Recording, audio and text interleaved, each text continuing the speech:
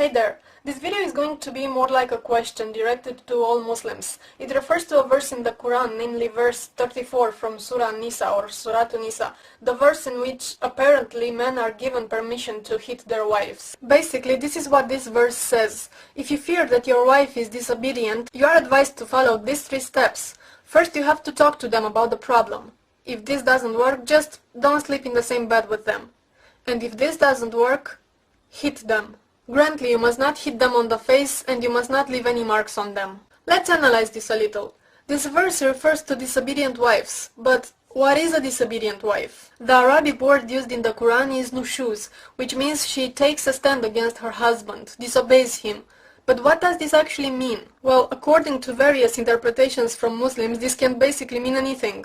From not taking good care of the house, not being a good cook, talking too loud, to not making herself pretty enough for the husband. Now about the hitting part. Before we get any further, I want to clarify that it is not a mistranslation, and the word used in Arabic is wadrubuhna, which means hit them.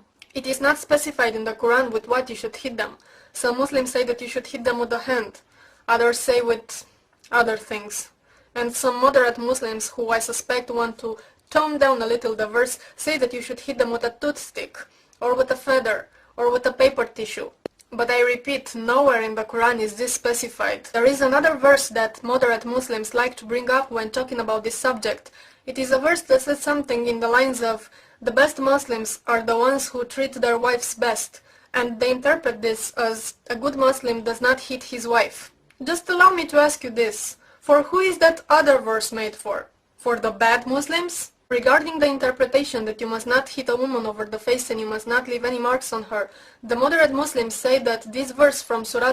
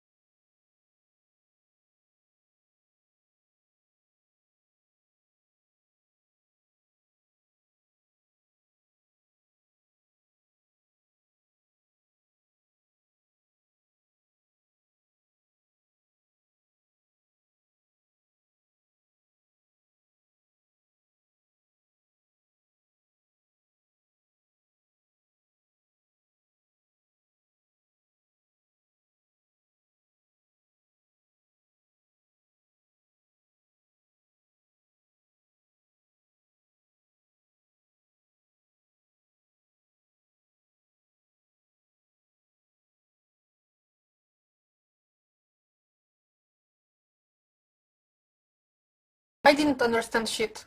When you didn't share my bed, didn't make any sense.